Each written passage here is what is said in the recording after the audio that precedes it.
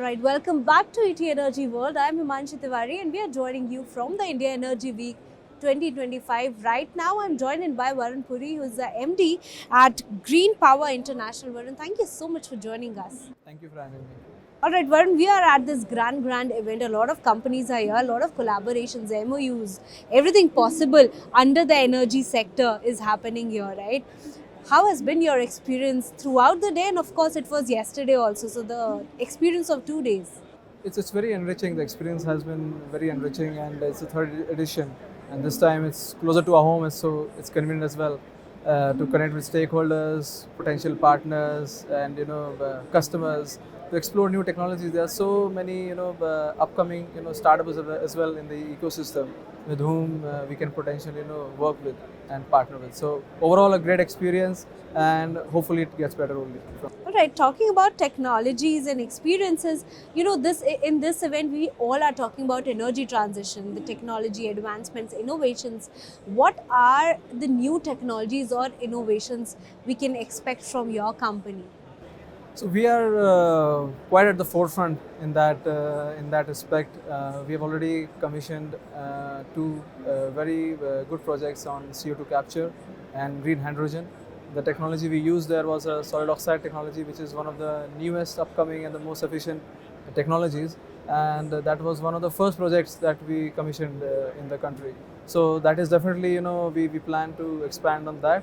And CO2 with H2 can make green fuels as well. So you can make methanol and ethanol as well, for which we are already working with a lot of upcoming new companies for making green methanol and green ethanol.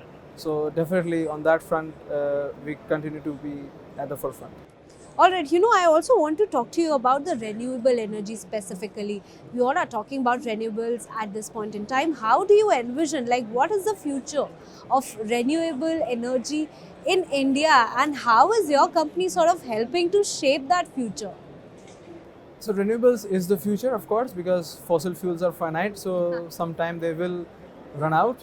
So definitely, there has to be investments in the renewable energy source so that we, reduce our dependency on the fossil fuels.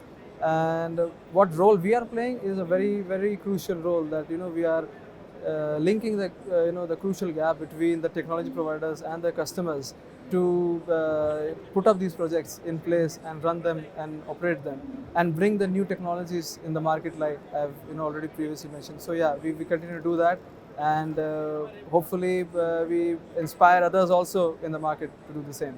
All right, you're talking about renewables energy. Of course, the fossil fuels are finite, but when it comes to scaling these renewable projects, how do you do that? I mean, are there any challenges that come? And if yes, then how do you sort of overcome those challenges?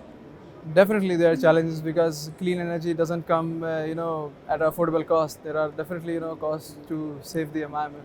So, of course, there are costs for, implementing better technology, and there is sometimes there comes a resistance for the adoption as well. So there is a need for more awareness.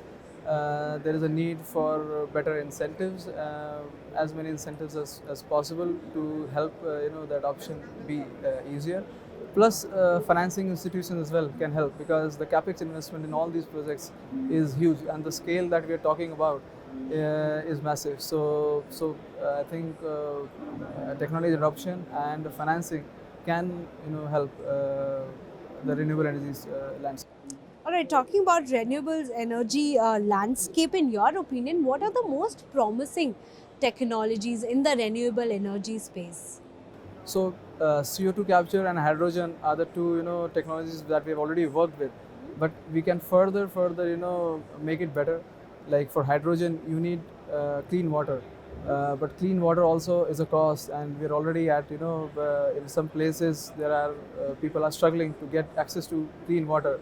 So let alone to make power from it through hydrogen. So if we can invest in, if we can find avenues to make hydrogen from, say, desalinated water, salty water, then that will be a game changer. And in CO2 capture, right now the footprint of the plant is too big, so it eats up a lot of land. So definitely, if we can find a way to optimize that blueprint, then definitely that will help in scaling up such projects. All right, so do you think that these technologies can sort of drive significant changes in the industry?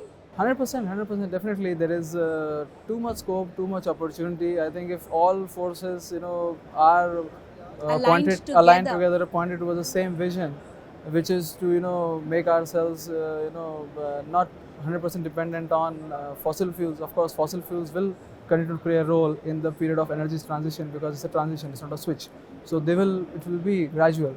But definitely, we need to gear up on all fronts in terms of incentives, technology adoptions, and people like us who bridge that crucial gap between the customers and the technology providers. All right, so too much growth and also too much of opportunities.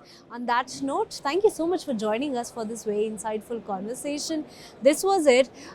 We know that it has been a hectic day for you as well. We'll continue our conversation perhaps some other time, but thank you so much.